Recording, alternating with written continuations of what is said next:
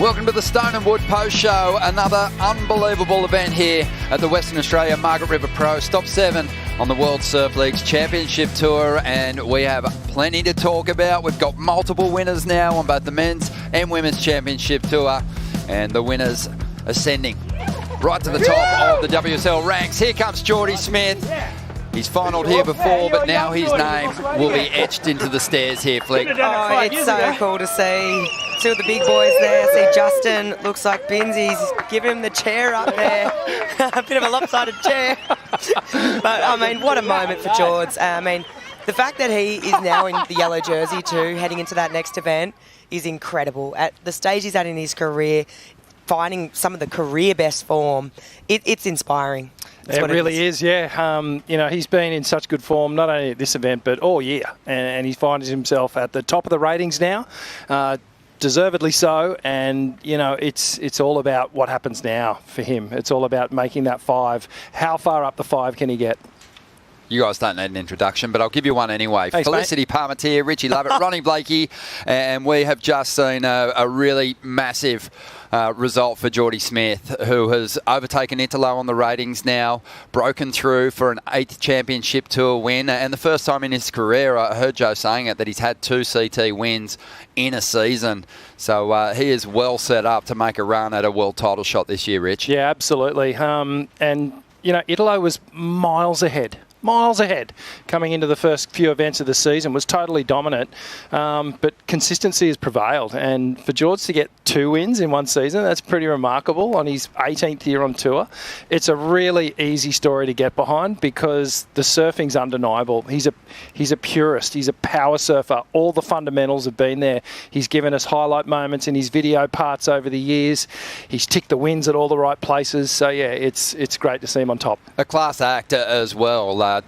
Dedicating the win to his family, who is obviously sacrificing a lot of time with them to chase his goals on the championship tour. That was a beautiful thing. But, you know, front and centre in his mind was Jack McCoy, dedicating that victory to Jack, to Jack's family, wishing them all the best, as we all are. And that was a beautiful moment. Jordy is the longest serving member on the championship tour. But you know, that influence that Jack had on all of us, and in particular Jordy, worshipping his surfing heroes through Jack's lens. Completely. I think Jack's legacy will always live on, you know, throughout every single generation. The cinematography is iconic, you know. For me personally, just being a West Aussie, I just love how he highlighted this area, and it loved it even more that George has dedicated this win to him. I think it's fitting, especially being in the West. Yeah, we're sending all our love to the McCoy family. I know everyone's thinking of him. But let's have a look at Jordy's run through to the final. It wasn't easy. Imai Kalani to vault. A very difficult draw. Imai was surfing to keep his place on tour, Flick.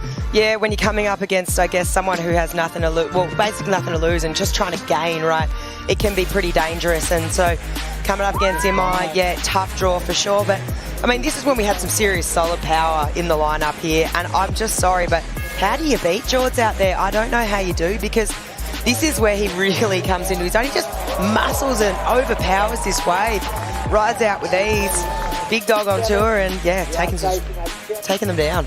Yeah, he put together some magic heats out here, Rich. He's always got those deep set rail turns that he leans into, but just surf with incredible speed at main break this year. Yeah, and that's something that, you know, the older guys on tour can be guilty of losing sometimes, but Jordy's almost turned the volume up on it, surfing faster than ever before. But just the composure in the heats and the management of the heats, he never looked like he was off pace. He always made the right decisions, placement of manoeuvres on the waves and waves choice. It was just impeccable. It was really, really on point. Yeah, got busy and adapted nicely to the conditions in his heat. Semi-final heat against Crosby Colapinto, and then had to tackle the big bro in the final, Griffin, and Griff's just been absolutely on fire and collected the 2 most highlight moments of this event and 2 of the biggest moments of the year so far. But Jordy just delivered when he got those opportunities. We knew they were going to be precious today. Yeah, completely. Delivered on the opportunities, kind of error-free, and adapting to the conditions, right? Just speaking of the experience, realising, okay, this isn't really going to pan out the way we want. Just got to get busy under priority, move around, hunt around. And, adaptability got him the win. Sometimes you got to win ugly, win dirty. You just got to get it done. Usually a winner's sort of gets the chair from the keyhole all the way up to the presentation stage, but they made Jordy walk to the top of the stairs before they picked him up. Got the excellent score in the final. That was really the difference, and Griffin was really forced to wait for his opportunity with priority and never really got it. Nah, just unfortunately the Ocean did tend to have a nap right towards the end of today. But, again, someone had to come away with the victory, and Jordy just had this flow, had this momentum that seemed to be in sync with just the sets today, and he's a worthy champion. You can't deny that he's a worthy champion here. Yeah, on both sides. When we came here and had those semi-finals established, it almost didn't matter who won through. It was going to be someone that gave us great moments at different stages, at main break, over the channel at the box as well, across the bay. And Jordy is the man who's broken through for that incredible 8th CT victory. Let's have a look at the WSL rankings after stop number 7. Smith with a pretty healthy lead now. Oh, wow. Yeah, well, it's kind of starting to mirror what Italo was doing early on. He's got a 5,000 point lead there, and that's a lot of places when you think about positions through the event. Italo slid down number 2, Yaga hanging in there 3. Kanoa stayed steady at number 4, and then Barron back up into the top 5, which is really cool. Yeah, big mover for me is Barron, I guess. Just, we spoke about it earlier, but he, tends to do so well at the beginning of the year and then slowly slip down. But this year's been a different story for him. So it's been cool to see him sort of trend back upwards in those rankings. Yeah, doing good stuff with Luke Egan. And Griffin obviously has moved up into a 11th position, was knocking on the door of that top 10. And obviously they were having that fight for the GWM Aussie Treble trophy as well, and what a trophy it is. Yeah, no, an amazing Tank 300 from GWM, an amazing car. I've actually been in a couple of times. Amazing vehicle. Yeah, well, Isabella Nichols took the goods in the Aussie Treble on the women's side, but let's have a look at the bracket for our champion. And it was, as I said, an amazing lineup of surfers battling for the victory here today. But Gabriela Bryan was just on another level. She was incredible. I mean, she came in here, no secrets, wearing the yellow jersey. Your world number 1 and defending an event win too, right? She's the defending champion out here. Last year, she really came into her own. We're thinking, holy, this woman's got some serious power. And she backed it up here again. I mean, the waves just play so well into her favour. She's spoken to it too. So many similarities to Hawaii. The waves she's grown up surfing on Kauai. And she just feels at home here. And it's no secret, right? I think... Yeah, I just can't sing her praises enough. There were a couple of mistakes. She spoke to that, though, earlier. Had those nice moments, but still had to clean up a few things, but pulled through towards the final. Yeah, it's just these power surfers have the ability to create an emotion within you when they do their turns. And, all the surfers on tour, men and women, they can do all these progressive, flary type manoeuvres, but when someone lays down a full tilt rail carve and actually tears the wave apart, you can't help but give that a high score. It's pure surfing. And Gabriela's going to take this onto lowers at the next event, and she's going to be hard to stop there as well. Yeah, I've got to agree with that. How can you go past that big hack on the right-hander at lowers? I don't know. Progression wise, I mean, maybe, but it speaks to the call lord and everyone, right? Everyone loves to see a board go on rail. Yeah. You're not wrong, Rich. It's, undeniable. It was like a full moon for the dog. He was howling. He was absolutely pumped up, and he was blown away by Gabby's opening ride in that final. He just said, mate, look at how explosive she is. Her bottom turn, just so on rail. So fast off the bottom, straight into those big, powerful hooks. A commanding performance in the final, and Caity Simmers actually had some pretty decent rides too, but really difficult to match the size of those turns from Gabriela. Yeah, like we always talk about the creativity of Caity Simmers, the different lines she takes, very expressive in how she does her manoeuvres. She's performed incredibly well, but just got outpowered today.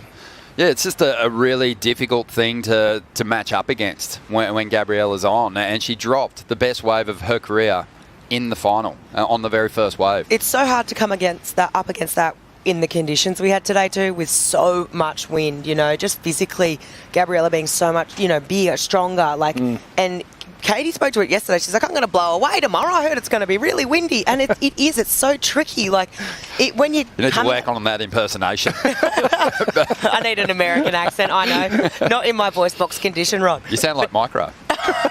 But honestly, out there at main break, it'll keep you honest. And when it's super windy like that, it's so hard. So you got to award power out there. Yeah, you do. And you got to celebrate that kind of form. Let's have a look at the rankings on the women's side.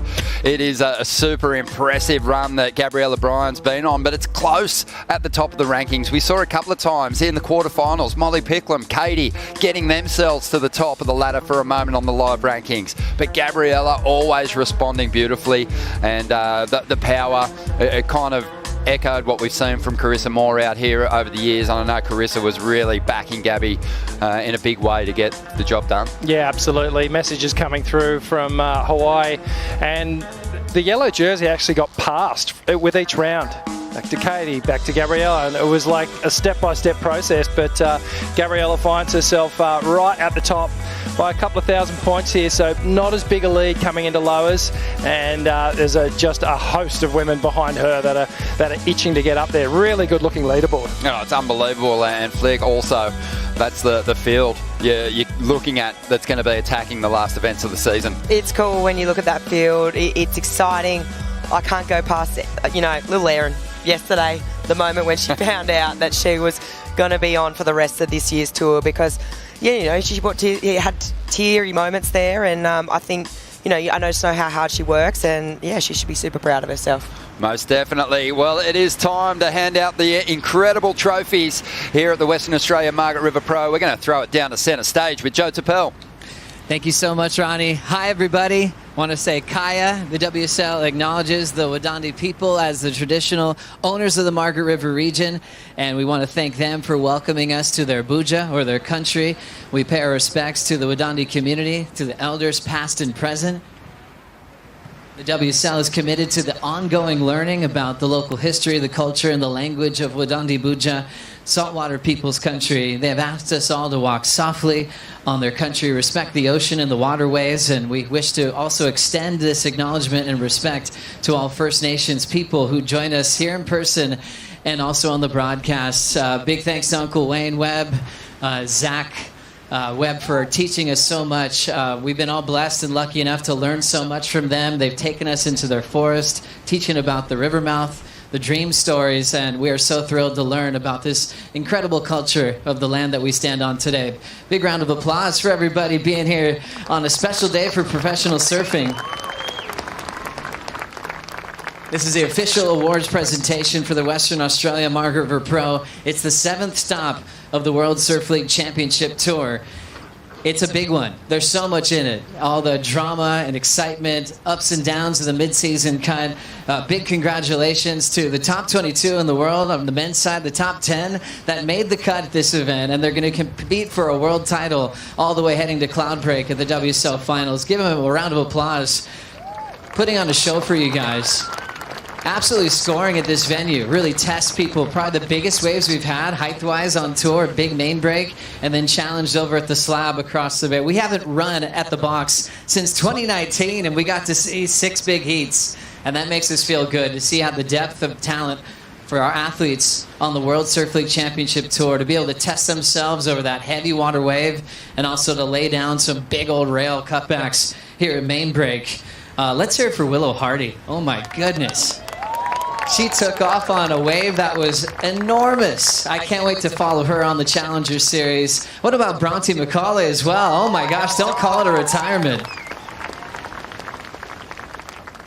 Try to convince her to put that jersey on more. Congrats, Bronte. Jacob Wilcox representing your local region so well, getting your personal best result as a wild card this year in this event. Also, this is the final stop of the GWM Aussie Treble. That was very exciting to see who was the best in the Australian leg of the tour. More on that in just a moment. Big thanks to Tourism Western Australia, Sam Phillips, and Elastin LaCrue. You guys are amazing. Official partner of this event.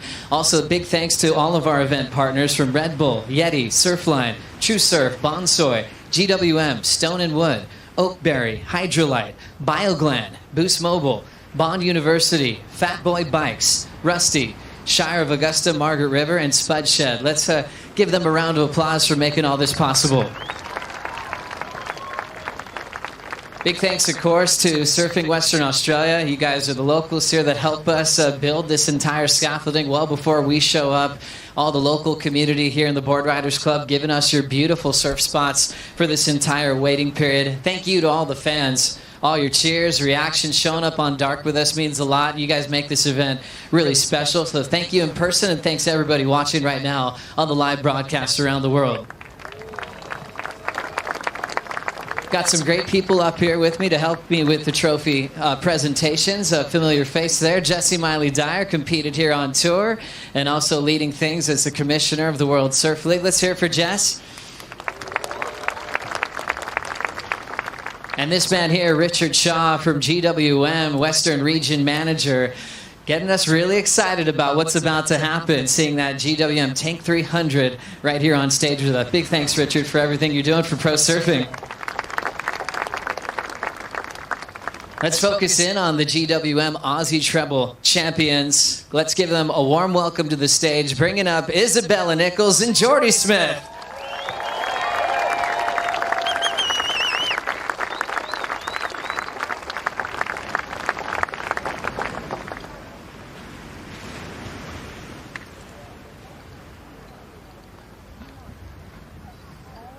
So grab these trophies. To earn this, they had to be the best, from Bells to the Gold Coast to Margaret River.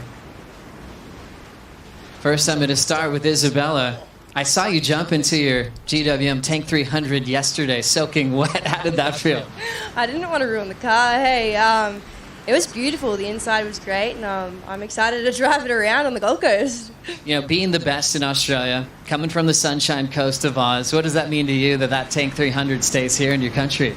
It's really special, you know, winning an event in Oz, let alone winning the treble, is super, super special, and I couldn't have done it without everyone here supporting me, and I want to dedicate this win to my sister, the newlyweds, Helena and George.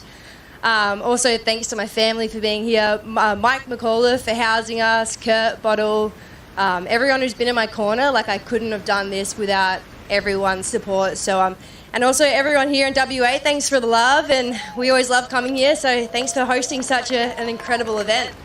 Driving it across the country? I wish. If we had time, I'd definitely make a road trip out of it, but that might have to wait till September. Congratulations. Isabella Nichols, your champion of the GWM Aussie Treble. Jordy Smith, I don't know if you realized that whoever won that final won the tank. Did you know that until Kaipo told you in the water? I had no idea. To be honest, I was just talking to Griff, and I was like, I made the final. I was like, surely I would have won this thing by now. And then I just was like, nobody talked to me about it. Nobody announced it. And I was like, shit, I must not have won this thing. But and then I thought it was, I remembered Griff had a semi-final at Bells, and so it came down to that heat. So just thinking about not your whole year, but what you've done from Bells to the Goldie to Margaret River, how have you found this consistency to take home the Tank 300? Just with fun. I think just reminding myself every day that I love to surf, and every time I paddle out, it's just with so much joy, and that's really what comes out at the end of the day. Hey, congrats. You're going to look great in that Tank 300, Jordy. Enjoy the ride. Thank you so much, yeah. We'll cut a hole in the roof, and my head will be out the top, but I'll be loving it. We'll get that customized. Let's hear it for your champions of the GWM Aussie Treble. The best in Australia, from Bells to Burleigh to Margaret River. Jordy Smith and Isabella Nichols. You guys can grab those trophies. I'll talk to George in a moment here. We've got some special trophies here for the main event. Check them out there. This is a great tradition here. It reminds us of where you are in the beautiful wine region of Margaret River. Big thanks to local craftsman Gary Bennett for making these, from Jirac, for creating just beautiful, unique trophies. The wine barrels are symbolic and really represents this time of the year when we enjoy Margaret River. Well, let's go to the podium now. This man finishing in his first final of 2025, taking it one laugh at a time. Let's hear it for your runner-up, Griffin Colapinto.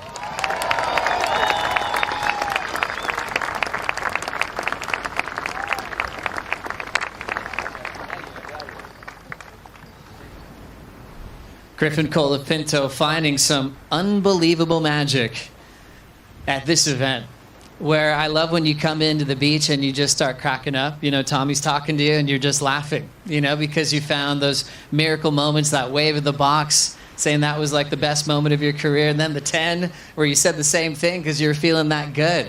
What does that feel like, and what does it mean to you to have experiences like that in front of a crowd like this? Yeah, it feels incredible. It's just dreams coming true, you know, just always just over time going for stuff like that and not making it and almost getting hurt multiple times over and over again. And then, you know, sometimes everything just comes together. And I think when you're in a jersey too, like, you want it so bad that you're willing to like put your everything on the line, your body, everything. So I think that's why guys are landing crazy stuff in contests more, because they're just, you know, there's so much on the line and everyone wants it so bad. So yeah, I think that's the beauty of pro surfing at the moment. Pretty cool that you got to experience a final with Jordy, looking up to him since you were just a kid, and then seeing a final with him. Was that kind of a pinch yourself type moment? Oh, 100%. When we got in the water, I was having flashbacks to when I must have been like 13 or 14, up at like 1 a.m. watching him win J-Bay. And I was staying up like watching the contest and watching him win that, and then Modern Collective, and that being like my favorite movie ever, and then to us in a final together is just a cool chain of events, you know, over time. So yeah, super grateful and psyched to see Jordy back on top and doing his thing again. The guy's one of my favorite surfers, so yeah, good times. And for you, Griff, great to see you in your first final of the season. You're finding your flow back and you get to return home. It's been a long road and you go into Lowers with so much great energy. That's got to feel great. Yeah, I mean, coming into this event, I was a little bit nervous about the cut. Both my brother and I were on the bubble, so to get past that, and just feels like we're playing with house money and weight's off our shoulders. So excited to be going home and feeling that way. Thanks, Joe. Have a blast, Griff. Enjoy the ride. Cheers. Thanks, everyone. Griffin Colapinto turning his best result to date this year on tour as he returns home for Lowers at the next stop of the season. This young lady has just turned into a superhero overnight, a world champ last year, her first final here at Margaret River. Let's hear it for Caity Simmers.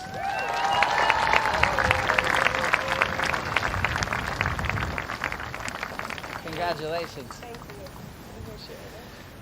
That final was just so thrilling. You guys got so many good waves throughout the day. Hi, Caity. Man, that was fun to watch. Just you and Gabby, you've had so many fun heats together. You surf really different, which is our favorite part when you go head-to-head, and your flow state was activated first thing in the morning on finals day. It was really thrilling to watch. Your board looked magic. How fun is it when you get to surf against number one in the world and you're number two in a title race where two of the best meet up in the final? Yeah, I mean, it was just cool that we got a couple waves in that heat, and because it was pretty inconsistent, and it actually ended up being like waves in our heat. But yeah, I think I like what you said about like two different styles of surfing, and we both can get like good scores from it, and it's like that's the beauty of surfing, is there's not a straightforward way to do it, and so it's really fun when. And Gabby just won fair and square. There was no other way to put it. But, yeah, it's really fun to watch. I had a perfect view of both of her waves. After I got my waves, I just turned around and she's getting a 9.5.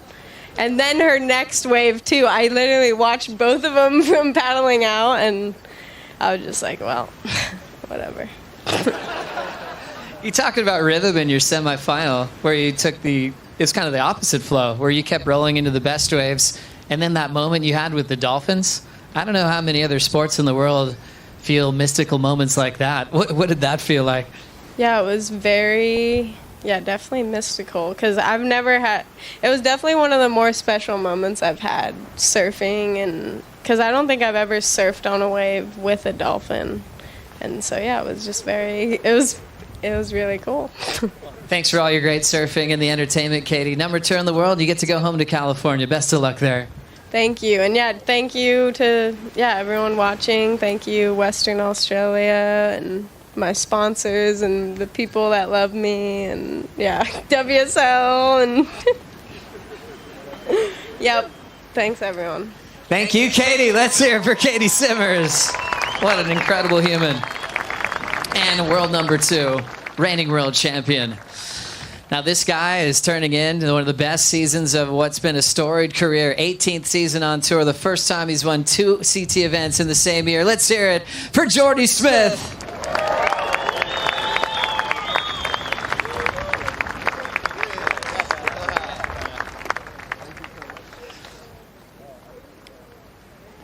Jordy Smith has always had an incredible profile. You want to lift that up real quick, actually? Yeah, celebrate that one.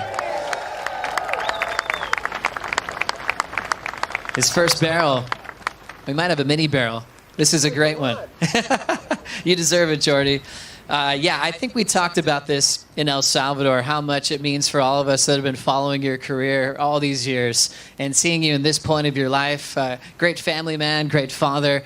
But surfing with purpose and the happiness of joy. You know, to see you win 2 events in a season, there's a bit more going on with your rhythm and flow.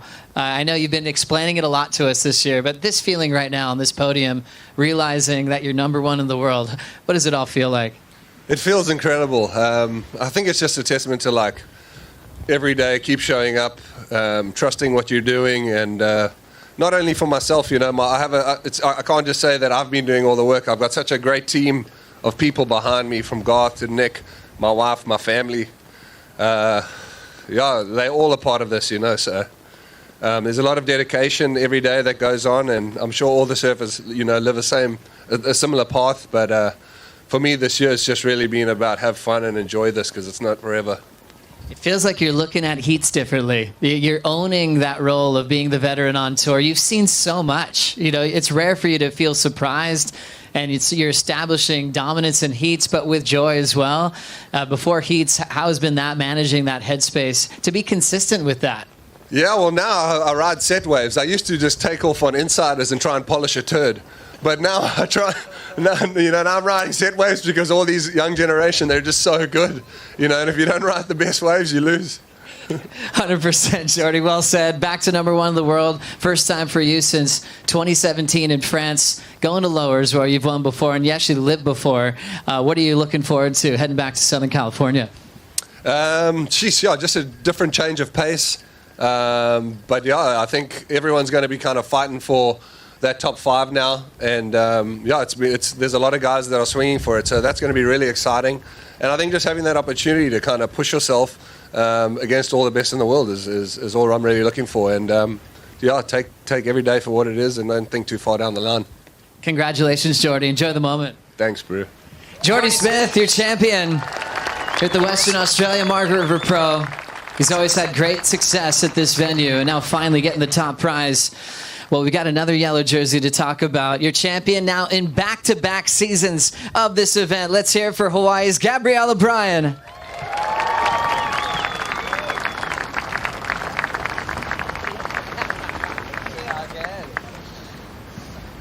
She already has one of these.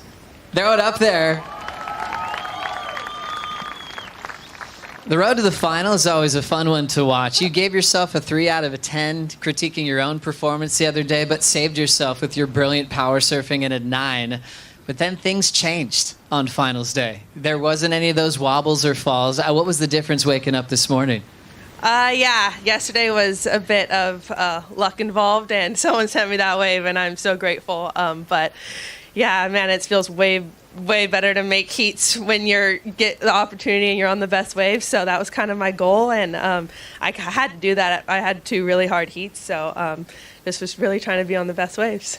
Yeah, looking at your 9.5 in the final on your very first ride, did you realize that's your best number you've ever had in your career on the championship tour? I didn't realize that until I came in, but that wave, I was a bit too far out for the first wave of our heat, and then that was just a beautiful wave. It had an insane line, and I just gave it everything I got, because that's what I would have had to do to win this final. I love this new generation. when Caity looks at you, she already knew that you'd won the final, but you guys are laughing, encouraging each other. It really pushes the surfing to new levels. What's that like to be a part of this amazing kind of new face of the championship tour? Yeah, it's incredible to be a part of, like you said, and Caity pushes me so much. And what she said about how we have such different styles of surfing, but we can both make it work is super inspiring. I think we had a really good matchup at the wave pool where she got me, and it was completely opposite styles of surfing. So, yeah, just sticking to what I know and doing the best and that I can is one of my main goals, and having fun. So I'm going to try to keep doing that. We're getting used to you in yellow, Gabby. I hope you are too. Congratulations. Enjoy the moment. Can't wait to see what you do at Lower Trestles. Thank you so much. Gabriela Bryan, your champion in back-to-back seasons here at Margaret River. Jordy taking it out for the first time. Great job to our finalists, Caity Simmers, as well as Griffin Colapinto. And once again, our champions of the GWM Aussie Treble, taking the Tank 300. That's Jordy and Isabella Nichols. Thanks for having us, WA. You guys are incredible, and we can't wait to see you next year. We'll send it back to the Stone and Wood Post Show with Ronnie Blanky. Thanks, you guys. Yeah, Joey, the master of ceremonies, nails it once again. Great presentation, some emotion there from Jordy Smith once again. It means a lot. He's making sure that he really lets these big moments sink in as they hold those barrels up. And those things will be emptied tonight. A lot to celebrate in what has been an unbelievable run of events. The GWM Aussie Treble really delivering some great waves, some incredible performances, and also a couple of new leaders on the rankings. Gabriela Bryan, she climbed into that #1 position down there after her result at Bells and has held onto it with some really tough opponents and seasoned campaigners kind of threatening to snatch it back from her. Yeah, I love what she said too. You know, she knows her strengths and she's just leaning into that. She's not trying to change the formula. It's, you know, lean into the power and keep the fun. And I just love it. It's super simple because you can kind of get caught up in, oh, this person's doing this, they've got different lines, more progression, but I just love it. Stick to what you know. Yeah, the world champ, the reigning world champion, Caity Simmers, another big result for her. Tapping back into that magic form after tripping up a couple of times early in the event down there at Bells and on the Gold Coast, but back into a final and really not too far behind Gabriela as we head to stop 8. Yeah, and stop 8 is, I guess, a pet event for her for sure. She's secured the world title there. And a real threat, you know, that progressive style of surfing that she brings to the table. There's no better platform than Lower Trestles to put that on show. She's going to be hard to beat there. And again, we may see that power versus precision type of surfing and a real battle. A really strong performance for Isabella Nichols through the GWM Aussie Treble, stitching it up yesterday and getting herself that tank, the GWM Tank 300. What a awesome bonus for her, and just clicking into career best form after a strong finish in El Salvador. Yeah, Isabella, obviously, you know, a career victory, an amazing achievement down at Bells Beach, and a realisation, I think, at this point that, you know, she is a contender here and that she firmly belongs, you know, up the top of the women's ratings. The whole initiative by WSL and GWM to have this Aussie Treble is so good. I love it. It's great to buy into it, and it really is inspiring for our athletes to perform and be consistent over all 3 events. It's a long leg flick, and there should be a reward at the end of it. Oh, 100%. And I think just the consistency on it. Obviously, she got to ring the bell. This is the most iconic event, but she just took that consistency to Burleigh. She took it here to main break. Just her wave selection at all events was so on point. It was so on brand. You know, working here with Stomper, who she's worked with for a long time. She's also working with Bottle, but it just all seemed to click together, and it was just it was so good to watch her really click into that, because I feel like the last few years she's sort of been fighting. You come to Margaret River, she's fighting for a spot on tour. You know, obviously she won the event to keep her place, but it's always filled with a lot of emotion. This time though, coming here, feeling relaxed, feeling confident.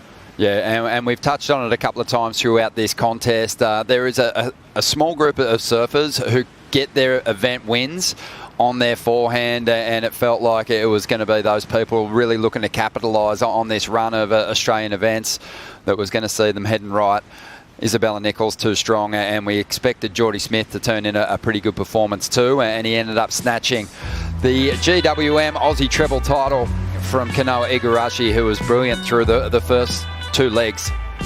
Yeah, Griffin also right in the hunt, right to the last moment. Whoever won that final was going to snatch it. So this one coming down to the final heat of the Aussie Treble. Kanoa had the keys just in his pocket for a little while, and Jordy just stole them. But again, we look at the performance of the man has just been so consistent right from the start. The event down at Bells Beach, where he's had that win before. Just all power and style and grace. All style, and Jordy just seems to have a whole lot of time at the moment. It feels like you never see him rushing on the front foot, but he's still surfing with a lot of speed. There's just something about his equipment at the moment and his form, which is just really fun to watch. Oh, his form is absolutely incredible. I think same results as Bella too, the 5th and the 1st, right? And coming here to Margaret River, I mean, it was so cool to see it all come down to the wire in the final against Griff, but how can you go past Jords here just with that sheer power? And he's just had some classic comments too, just throughout this whole event, on stage just then. I just love what we're hearing, what we're seeing from Jordy. I want him to win more because I just want to listen to more of those interviews. It's so good. Really enjoying himself, and we're enjoying the performances. You think about the big tall walls here, those big days. John Florence has always been the benchmark. In his absence, Jordy Smith stepped up and covered more face than anyone, Rich, and really matched the wave's power with some power of his own. Yeah, I probably sound like a bit of a broken record, but I'm such a purist when it comes to just power and style and flow and that fundamental element of what I consider to be a great surfer. And Jordy is right up there with the greats, alongside Kelly and Andy and all those power surfers that you think about. It's almost his to lose now. Coming into these next few events, he's going to be super hard to beat. Yeah, it's time to check out the Boost Mobile heat of the day. And it was an easy choice because Gabriela Bryan went turbo in the final. She's had great form through the last 4 events, but up against Caity Simmers, who is such a dangerous draw, she really ramped things up. Oh, this heat was incredible because, Rich, you and I were in the booth commentating that heat previous to this one, and that was the one we had the restart. It was all looking really slow. I walked off on a break and all of a sudden looked up a big screen and I seen a 9 and a 7 and a 7, and I'm thinking, hang on a second, is this the same day? Is this the same heat? The ocean really turned on, and this 9.5 from Gabriela, I mean, it just, everything clicked. It's just the true representation of her surfing, and it really was an exciting final between the 2 women, with Caity with surfing like this as well. Rich, when you think about these 2 competitors, Caity has proven to be so clutch when her back's against the wall. She has snatched finals away from people. So if you're going to beat her, you really need to make a statement earlier on, and Gabriela did it. Oh, she sure did, and you can see the different styles here. The power of Gabriela Bryan, just the board's cutting deep up through the wave face. Caitlin's lines are perhaps more creative and have more flair to them. But today, the power was undeniable, and the celebrations will continue into the evening for sure. Most definitely. Her 3rd championship tour win, and she remains on top of the CT rankings, heading to stop number 8, and she's going to be hard to budge out of that final 5 picture. Likely she'll be there in Fiji with the form she's showing at the moment, having a good run at it. Also thinking about Trestles, predominantly a right, Jeffreys Bay. Look out, world. Yeah, Gabby Bryan. Completely right. And with the first woman with the double win now on tour, a few thousand points out ahead, things are... Now that we're past the cut, we can start thinking about this final 5, who's going to be there, who's really significantly kind of trying to make a breakaway. And, you're kind of thinking Gabby's going to be a shoo-in now. She's sitting at number 1 on the rankings. Just to your point, Ron, the couple of events coming up, Rights, the power. She's looking pretty good. Yep. Yeah, these last events of the regular season are going to be super interesting. Yesterday, it was all about the cut. Today was about finding out who our champions were going to be. But let's have a look who's going to be contending through the back half of the year. Such a stacked lineup. I mean, it just really feels that there's some talent at the back end of the ranks outside the five at the moment that could get on a roll and really cause some big upsets to the order. Yeah, absolutely. And, you know, the story, one of the main stories of the last couple of days has been this back half of the women's 10. And we saw Lakey Peterson, you know, save herself yesterday. Erin Brooks, she was left sitting on the stairs and her fate was out in the water. Nervous times for her. But, you'd have to think that Erin and Lakey, Luana and Caroline in particular, you know, coming into California, there are events where they're starting to go, hang on a minute, now I can start climbing. The pressure of the cut is done, and I can really just lock into my performance that I want to put on show. For me, it's crazy. Obviously, you got Gabby with the 2 wins. Everyone else, though, you know, they're all individual wins at events, so things are kind of tight. But someone who I can't get past, she's actually out there, you know, Erin at the bottom. I just can't go past her at Trestles, and I can't go past. I'm looking forward to seeing what she can do at Chopes. I know she's had a couple of trips there in the past, and I know she's not afraid to charge. So I'm really looking forward to watching her in the back half of the year. I think if you think about the surfers that haven't got a CT victory this season, Erin's probably done the best surfing without getting a win and had some really impressive numbers. Relegated.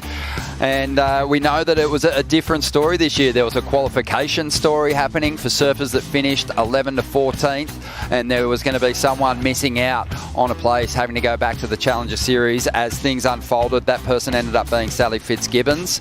That was a really difficult one for Sally. A tough result when she was giving it her all out there. But I think about Sally Fitzgibbons, you know, I'm sure there was probably some question marks in her head about what she was going to do next. But she's got to remember, she just took out the Challenger Series last season. It's so difficult to crack that top 10, and she was really only a heat away or a place away from solidifying her place on tour for next year.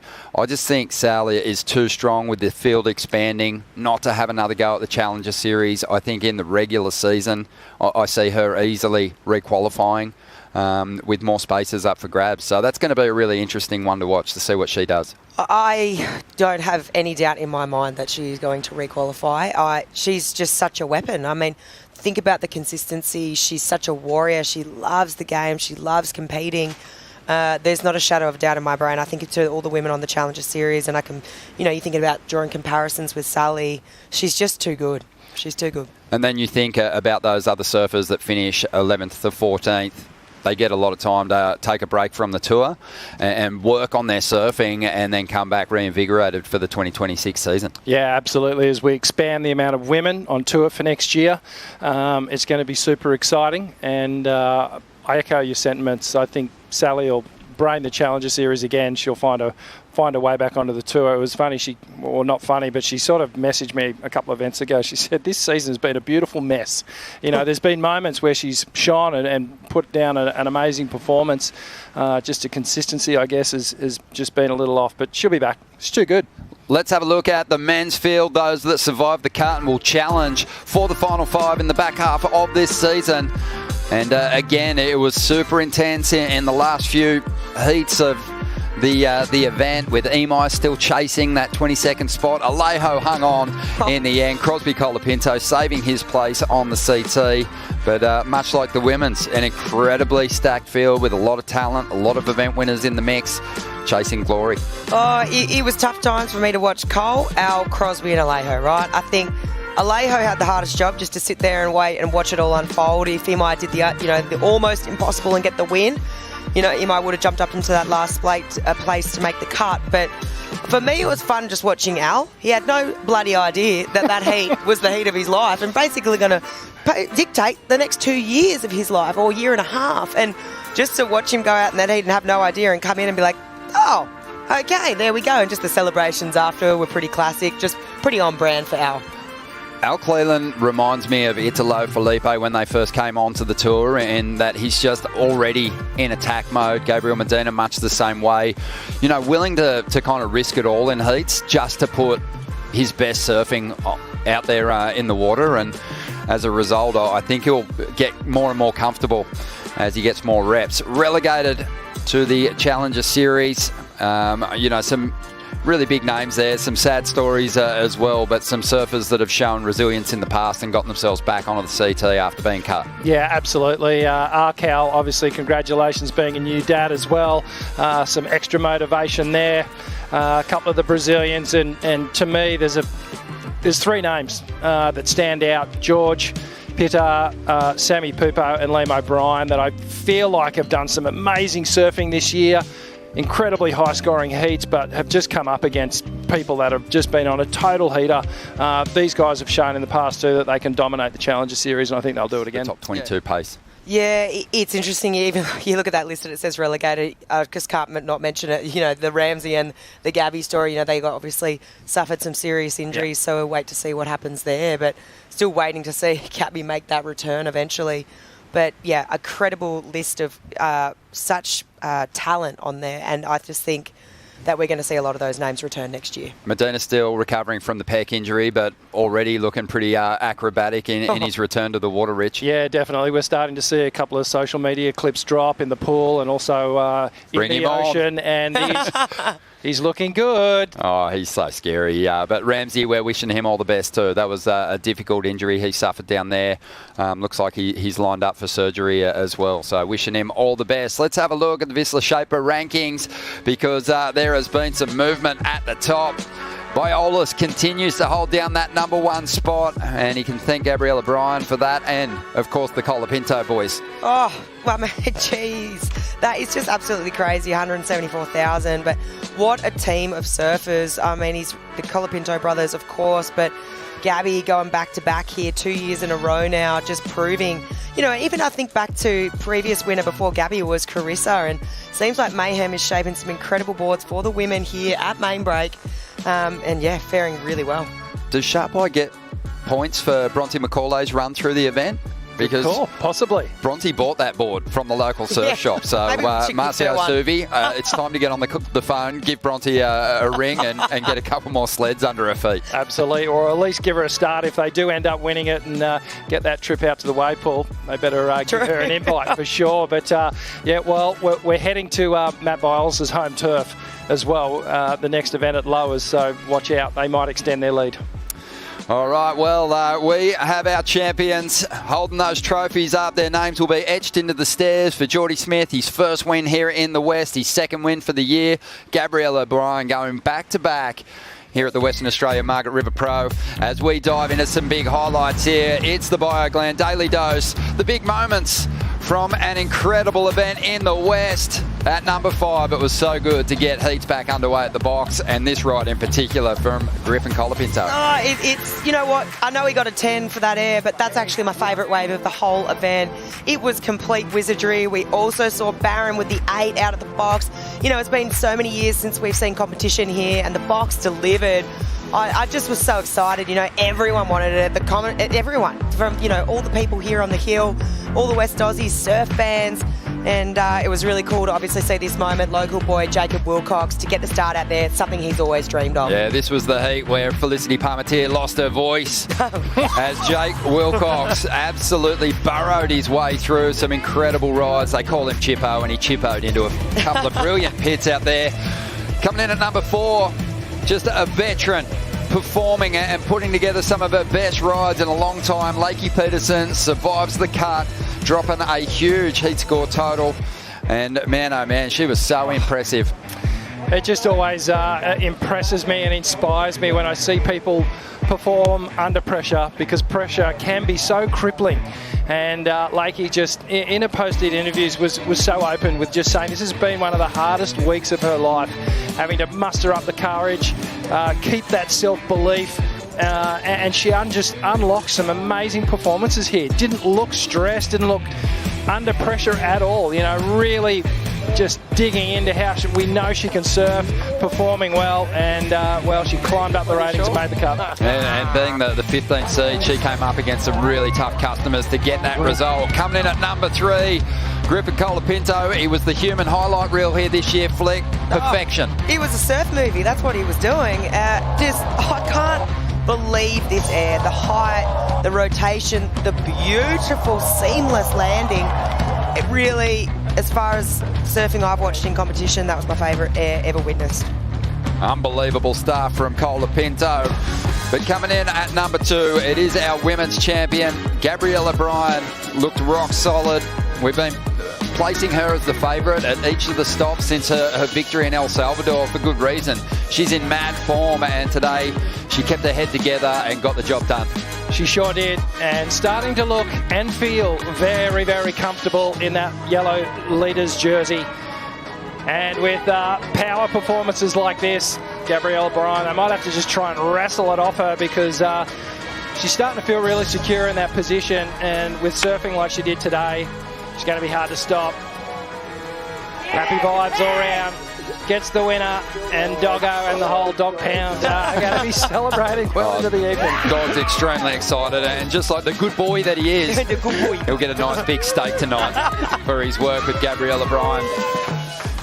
Just a great effort, and against a world champion in the final, this rising star got the job done. Coming in at number 1 though, breaking through for his first victory in the West. He loves it over here. He matched the wave with some incredible power of his own and really did school the field on his road to victory. Yeah, he absolutely schooled the field. I love what he said in the prezzo. He stopped trying to polish dirt and he started taking off on sets, and look what happens.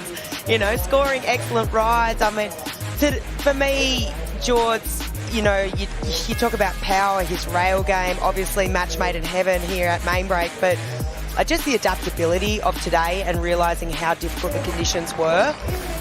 For me, that really stood out, the experience, the knowledge, and obviously to do it, with his dad, the tribute, you know, to Jack McCoy, absolutely beautiful. And here in the West too, I think this is a cool moment for George. He's going to wear yellow at the next event, and next event where he's lived before, Trestles. He spent a lot of time, and that's 2 event wins now on the championship tour this year for Jordy. First time ever in his career to have 2 CT wins in a year. He's looking deadly. Looking solid, and so is that the Final 5 story is coming together beautifully on both tours. It's really hotly contested, just outside the Final 5. Obviously, a few surfers who've contended in the last few years. Guys like Ethan Ewing, Jack Robinson, fighting to get themselves back into that picture. So we've got a lot to look forward to this year, Rick. Absolutely, and I love the way the rest of the calendar's lining up. Some of my favourite events to watch for sure. You know, Felipe down there as well in that conversation. So it's going to be a crazy battle coming into that Final 5 situation. Yeah, the Lexus Trestles Pro, presented by Outerknown, kicks off on June 9th. I've got to get your predictions quickly on what you think is going to happen. You think we're going to see that Final 5 start to solidify their positions, or you think we're going to see more upsets? I think we're going to see more upsets. Yeah. I really do. I just think the level of surfing is so good. I really do. Especially even if I'm just thinking on the men's side particularly right now. But you mentioned it, you touched on it, Felipe, just outside there. He's got the event win. But, that, you know, he just surfs so well out there. Saw him to a couple of world titles. The speed he has out there. I don't know. That's my thoughts, Ron. You know what's interesting, Rich, coming into this event is you had a really dominant, established field at the top of the ranks that had really campaigned strong through the first 4 events of the season. And then we got here, and it was the desperation from the surfers at the back that actually caused those upset results. Well, the cut's decided now, so the tour vibe is probably going to settle down. But what's happened is that the people at the back of the ratings have been reminded that they can overcome those top seeds at these events. Totally, absolutely. Anything's possible, you know. And that climb up the ratings, it becomes infectious. You know, Griff, he proved a point completely that you can go from in the late 20s all the way into the teens now. And, you know, think of Griff, you think of Felipe, you think of Ethan, there's Jack Robbo as well. All these people that aren't in the 5, that could be in the 5, and they're going to keep climbing. So the points have been spread around through the whole field, which is really, really cool. It keeps us close. It keeps the race exciting. Yeah, it's going to be awesome, and it does kick off on June 9th. Stay tuned to worldsurfleague.com for all the latest news. We've got Surfest, that first Challenger Series event, kicking off on June 2nd. So make sure you tune in for that, because a couple of us didn't make the cut also. We're heading back to the Challenger Series as well, but we're looking forward to it. It's going to be a lot of great stories unfolding there. But we've got amazing highlights to share with you now on behalf of the entire broadcast team. Hope you get some good waves in the next week, and we'll see you at Trestles.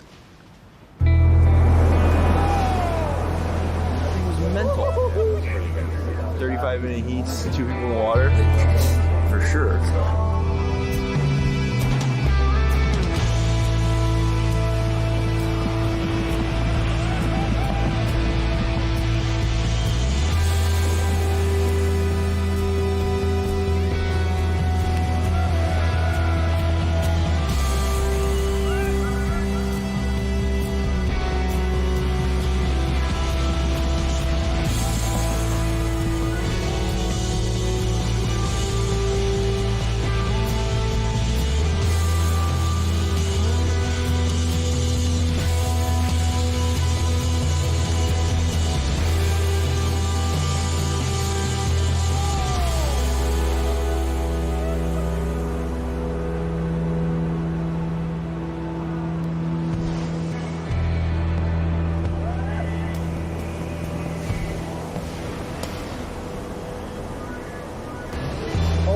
God, I'll just quit. Yeah, you went into the lip. Wow. Oh, it spit its heads out. Yeah. What the wow, that's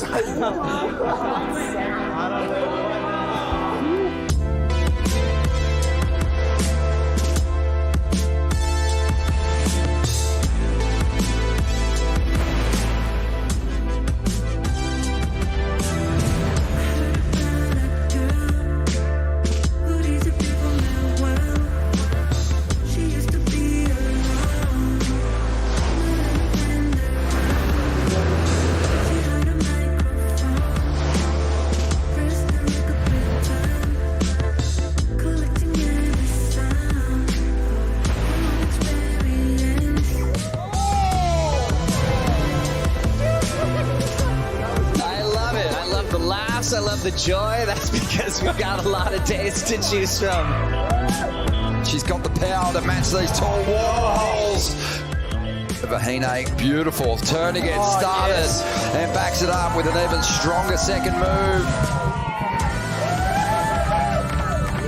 Catching your breath after a very intense elimination round heat here at Margaret River. Welcome to the west side. You can't help but just be consumed by the beauty of this place. Conditions are firing as expected. Looks big. There's bombs. I'm on a 6-4, so there'll be some bombs. It's going to be fun to watch. Big Tuesday. Oh, super late drop.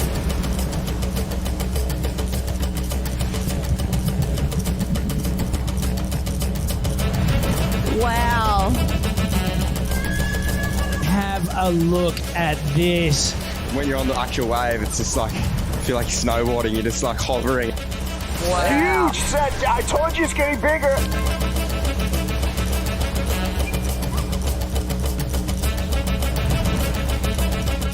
Broke the board, scraped the foot, and yet you made it. It's broken his board. Yeah. He is swapping yet another broken board. Barron's lost not just one fin, but 2 fins. Yeah. Oh, it's on the head. It's just hard. It's just, you're playing cat and mouse the whole time.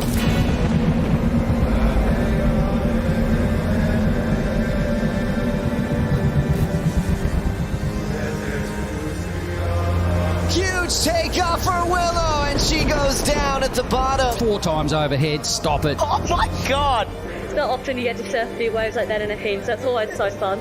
Monster takeoff out the back, folks. Aaron Brooks with priority.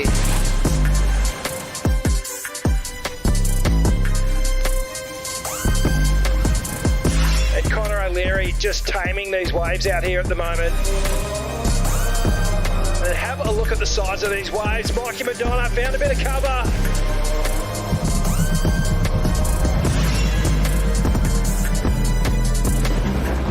Reality of the cut, it is heartbreaking times down here. Oh, there's the stress. Devastated. Gabby Bryan throws down a 9-point ride. This is Al Cleveland Jr. For the first time in her career, has made the cut. I never gave up. I never backed down. Now she gets the section, hammers it hard, comes flying out of that. Whoa, big hammer for the third turn, not done yet, crunches it. How is he going to negotiate this end section. Let's have a look. Gets it in the lip. Oh my goodness, he popped out of nowhere. That's a 10. That was psycho. Surfing, competing, can't get enough of it. You've just gone to #1 in the world. I'm stoked. Yeah, bro, let's keep it going, eh? The Macaulay girl is on fire and looking on point. It's a party wave. Through a big frontside hook from Simmers. Throwing big buckets of water. Gabriela, Bryan, you're the best in the West in back-to-back seasons. Jordy Smith, the champion of the Western Australia Margaret River Pro. This copyrighted event broadcast is produced by the World Surf League for broadcast around the world and may not be retransmitted, reproduced, rebroadcast, or otherwise distributed or used in any form without the written consent of the World Surf League.